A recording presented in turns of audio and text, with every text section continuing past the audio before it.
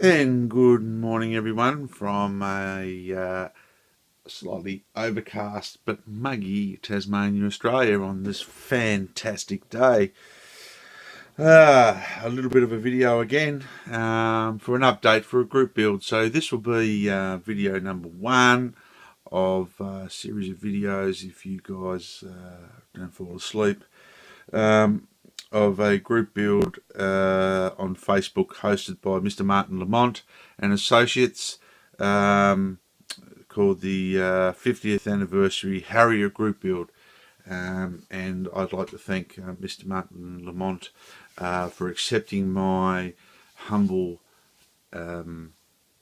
self into competing in this little bit of a group build, which, may I say, has produced some incredible builds so far. So well done, guys.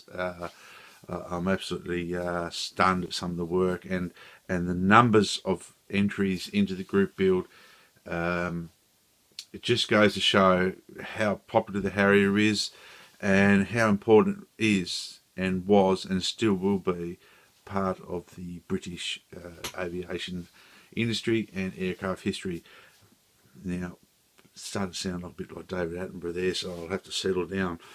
But it's, yeah. So I'm building two kits for this entry for the group build.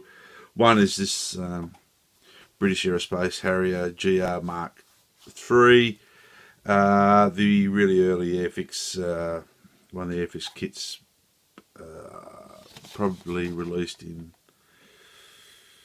I don't know. This might be a 90s boxing. It might have been released in the 70s, but so far the basic construction's done. My plan for this group build is, as I said in my entry on the Facebook page, is to build it on a bit of a base of a section of deck of the Atlantic conveyor. For those of you who don't know, and I don't know a real lot about it either, so I'm proclaiming I'm no expert, but the Atlantic conveyor was a hastily converted cargo ship which was pressed into service with Her Majesty's Navy, and it was used to transport helicopters and Harriers, and actually used as a floating pad and supplies and repairs centre during the Falklands War conflict. Unfortunately, the Atlantic conveyor was hit by an Exocet missile by the brave and daring Argentine Air Force. But unfortunately, the Atlantic conveyor was lost, and tragically lives were also lost at the same time. So I think I'd like to build it this way as an important part of a bit of a history lesson, and hopefully a bit of a memorial or a recognition of the brave men and women from the Falklands conflict. So this was going to be was supposed to be the first build, which will be the aircraft I'm displaying as the aircraft that's coming into land. There's a photo on Google that I really like, seeing a Harrier coming into land while another Harrier's been towed away by a target tug. So this was supposed to be a simple build, as a not so detailed closed up cockpit, so there's no extra cockpit work. All Airfix gave you was the seat and a pilot. But as I put the kit together, the fit issues of this kit showed its true colours, and it ended up becoming a project where I actually rescribed panel lines on this aircraft. There's a couple of little more things to go. I've got to put a couple of little vents in the top here. I'm using the second entry, which is the new tooled Airfix, the GR3 76 Go Airfix kit. This will not come up to the standard of that. I just couldn't do it. My skills are not that. I'm far from be able to do things like that. But I'll rescribe the panel lines. I'll put the cockpit in, button it all up. I've got to cut some little clear lenses and fill them into the wings. and get some primer on this one and work out where I'm going to mount it, which I think the mount will be some clear tube coming out of the dive brake. Did make a bit of a boo-boo there. Dive brake's supposed to be a little bit open for landing, but we'll see how it goes. A few little fit issues for it, but it went together not too bad in the end. Once everything was sanded up, it does close up okay. Yeah, that's so far what I've done on that one. The next thing I've got to do is most likely have to source another set of decals. The decals in this kit are cooked to the point where they've probably been in the oven for 3.5 hours at 180 degrees and cooked to a medium rare. No, they've curled up and gone yellow. The decals are not for a Falklands aircraft anyway. And another disclaimer is I don't always lose my stuff, but when I do, my wife has moved it. Because somewhere here in this house, some time ago, I did a guy on Facebook called Johnny Plum, who helped do Around the World in the Airfix kit. Did a fantastic job raising money for Help for Heroes, where he sent a Airfix Lightning around the world to different builders. He ran a Falklands War group build on Facebook, and I bought these decals from a guy in Argentina who prints them out there, and they did have, you know, some decals for a Skyhawk, a Superintendent, a Canberra bomber, excuse me, and a couple of other aircraft, including a Harrier. And one of the Harriers was the Sea Harrier, but I'm pretty sure amongst the decal sheet there was some GR3s. So hopefully if I can find that decal sheet, I should be right with this kit. If not, I will be putting these in a Ziploc bag, sticking them to my window, and hopefully try to bleach these out after I get them flattened down so they're straight. I will also be using some of this fantastic microscale liquid decal film. If you've got old kits in your stash,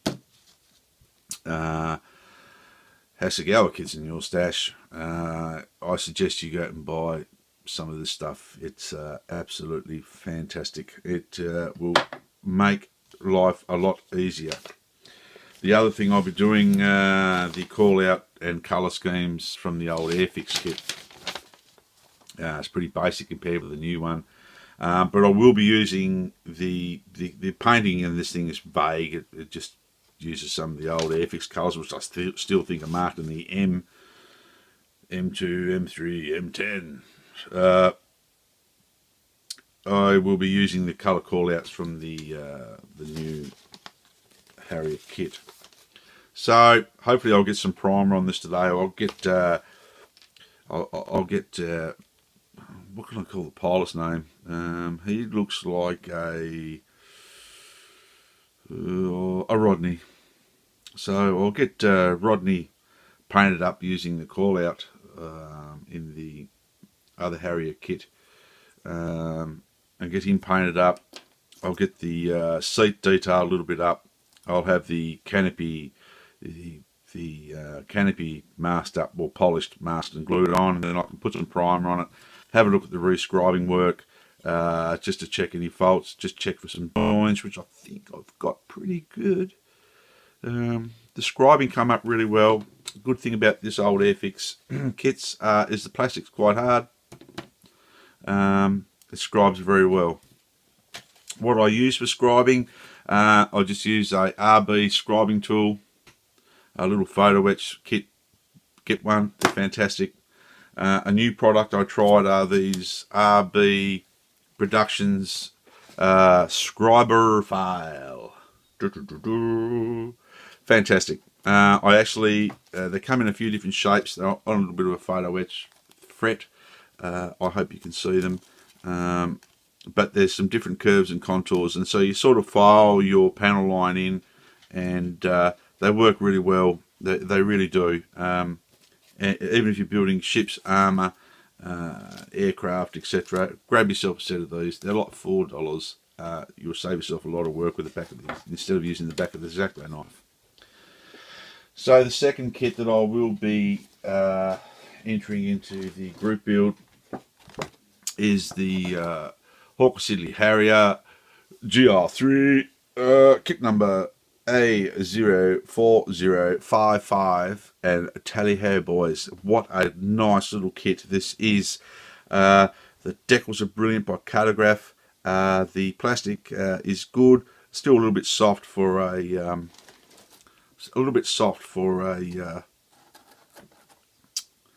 feels soft, or yeah, it's just new technology, of course. The detail is superb, and I think this kit will build into something really good out of the box. It just looks like that kit.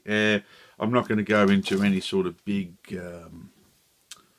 inbox review because there's plenty of other guys that do a better job than me, but what I've seen so far, it's really good. Everything's crisp. The panel lines, people say Airfix panel lines are too deep. I reckon they look good.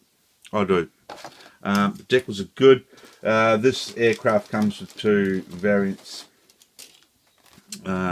Decals are nice. Carrier film is nice.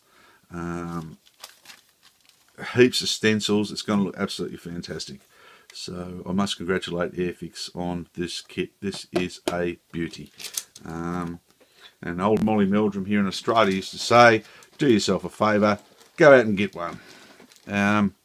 In saying that, there is a little bit of fault. Some of the detail is a little bit soft, but that's just my personal thing, and it's probably something I picked up off a few other channels that, you know, people complaining that things are soft in Airfix plastic. Some of the details really good, some of it gets a little bit soft, but it's a very good base also for me to do some work on the other Airfix one. I can use this as a bit of a reference to adding some of the Venturi vents, or I'm not too sure what they are, fins, that I had to unfortunately sand off the other old one because I had to get the scribing done. So I'll just add these out of some very fine little piece of evergreen. But I'm really looking forward to getting this one underway. This aircraft will be displayed. I've ordered a little crew figure deck set. They're American. I think I can make them into the RAF, our Navy merchantmen. But what I'm going to do is it comes with a little aircraft tow tug, so it'll be something different. I'm not going to disclose too much, but this one will have, of course, the canopy be open. There'll be no one in the aircraft, but the other one will be coming into land. So that's a really nice little kit. Looking forward to doing it. And a couple of builds so far that I've seen with my subscribers, or guys I've subscribed to, is Steve Mottram. Steve, check his channel out.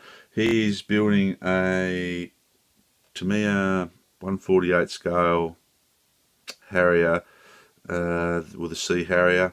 He's got to the stage now, and Steve's not a really big aircraft guy, but he's doing a fantastic job. Well done, Steve. Can't wait to see a bit of dark sea grey splattered on that one, mate. It'll be good. The other guy that I've been watching is Mr. Frankie Day. He's building the big Airfix 1/24 scale Harrier. It's a monster. It's a mighty big. In 120, it is mighty big. But unfortunately for young Mr. Frank, the decals have turned out to be FUBAR, and whoever sold him the kit should kiss the gunner's daughter. But the a call out to my few little subscribers, or anyone who's watching, if someone has got an Airfix kit 24 scale and you still have the British Roundel version, or the Marines version you haven't used, please send me a message or comment below. I'd like to try to get a set of decals for Frank, and we can work out some postage or something, because Frank's done a fantastic job on the aircraft so far, looking good, and it's just a shame that the decals are not good. So could you please send me a message? And so, yeah, that's about it. Once again, thank you to Mr. Mark Lamont for letting me enter. Thank you for all the other entries and some wonderful comments and stuff that I've got so far. So that's the end of my little tiny update. If you do like the channel, please thumbs up. If you don't do it, do a Caesar and thumbs down. Please subscribe if you'd like to subscribe. And just remember, people, and be good. Stay well. God bless you. And just remember, with a little bit of effort, you can get a good result out of an old kit. Until next time, this is Matty signing off. See ya.